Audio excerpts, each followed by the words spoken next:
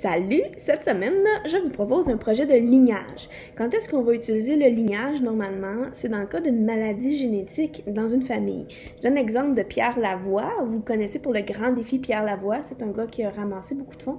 Mais initialement, cet homme-là s'est mis à ramasser des fonds pour les maladies génétiques qu'il y a au Saguenay-Lac-Saint-Jean. Il y en a 5 principalement, où il y a une grande prévalence dans cette région-là. Dans la génétique des gens là-bas, beaucoup, ce qui fait qu'il y a une plus grande proportion de la population qui porte ces maladies-là. Par exemple, l'acidose lactique, c'est la maladie que 2 de ses enfants ont eu et en sont décédés très jeunes.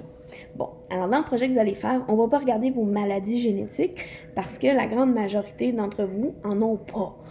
On va regarder plutôt des caractères qui sont visibles. Je vous donne un exemple.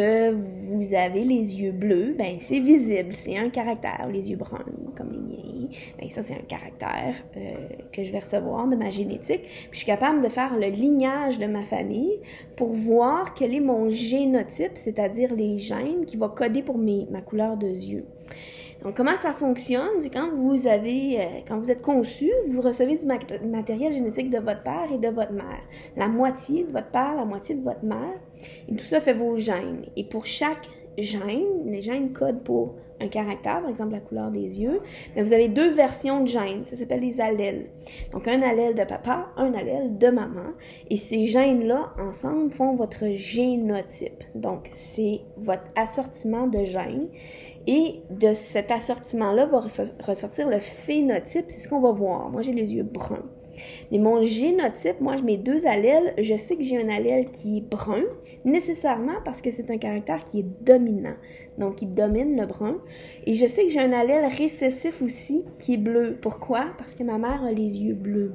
Les yeux verts, là, mais je vous raconterai ça, cette histoire-là, plus tard. Donc, c'est soit brun, soit bleu qu'on a pour la couleur des yeux. Et étant donné que le brun s'exprime toujours, ben il est là. Et je sais que ma mère m'a donné au moins un bleu parce qu'elle, elle a 2 bleus. Mais pour ça, il a fallu que je fasse mon lignage, que j'étudie mon historique familial. Donc, mon génotype, il est hétérozygote. Je sais, ça fait beaucoup de mots, là. C'est pas trop grave. Hétéro, ça veut dire différent. J'ai 2 allèles différents. Un bleu puis un brun. Et voilà.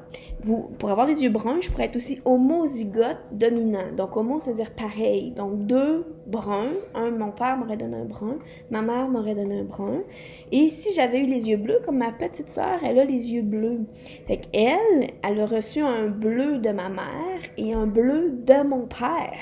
Parce qu'elle a le phénotype qui est récessif. Quand c'est récessif, il faut avoir les 2 allèles qui sont récessive, pareil, pour qu'elle s'exprime, il faut que tu aies 2 récessifs. Ce qui fait que je sais en faisant ça, que ma mère, elle est homozygote récessive, elle a les yeux bleus. Fait que pas le choix, il faut que ces 2 allèles soient bleus. Donc, de sa mère, elle a reçu un bleu, puis de son père à elle, mon grand-père, ma grand-mère, elle a reçu 2 bleus. Et je sais que mon père est hétérozygote, comme moi. Pourquoi? Parce que ma sœur a les yeux bleus. Donc, il faut qu'il aille donner un brun à moi. Et on donne toujours la moitié de ce qu'on a à un enfant. On ne peut pas donner les 2. Donc, il a donné un brun à moi. Mais quand il a fait ma sœur, il a donné un bleu à ma sœur. Donc, lui, il doit posséder et un brun et un bleu. Alors, le travail que vous allez faire, ça ne sera pas avec la couleur des yeux. Vous allez choisir un des caractères, vous allez regarder dans le projet qui est là. Vous allez choisir un des caractères, ça peut être les oreilles. Hein. Ici, là, moi, j'ai l'oreille, le lobe d'oreille qui est collé. Donc, ça, c'est un caractère. Il y a un phénotype qui est collé, puis il y a un génotype qui est décollé. Donc, on voit l'oreille, le lobe qui pend, dans le fond, un peu, là. Donc, vous pouvez choisir ce caractère-là. Quand l'oreille est décollée, c'est le phénotype dominant. Moi, je sais que j'ai 2 petites allèles, que j'ai un génotype récessif, les 2 allèles, parce qu'ils s'expriment, le phénotype, ce qu'on voit, c'est collé. Donc, vous avez le lobe d'oreille, vous avez la ligne de cheveux qui est ici, hein, ça peut être droit, ça c'est récessif, ou il peut y avoir un angle. Il y a la langue, il ne peut pas croire que je vais faire ça dans une vidéo, mais être capable de mettre la langue en U. Pas tout le monde qui est capable. Alors, ça aussi, c'est un caractère dominant si on est capable, récessif si on n'est pas capable. La longueur des pieds et là, des orteils, je n'enlèverai pas mes bas pour vous montrer, mais vous allez le voir dans le document, là, vous pouvez avoir le deuxième orteil plus grand que le gros orteil. Et puis les mains, quand on les met ensemble, selon le pouce qui va par-dessus, c'est aussi génétiquement codé. Alors vous allez choisir un de ces caractères-là, et là, vous allez sortir votre FaceTime, et vous allez appeler ma tante, mon oncle, grand-papa, grand-maman. Et vous allez leur demander pour ce caractère-là, eux, c'est quoi qui s'exprime? C'est quoi leur phénotype? Qu'est-ce que vous voyez?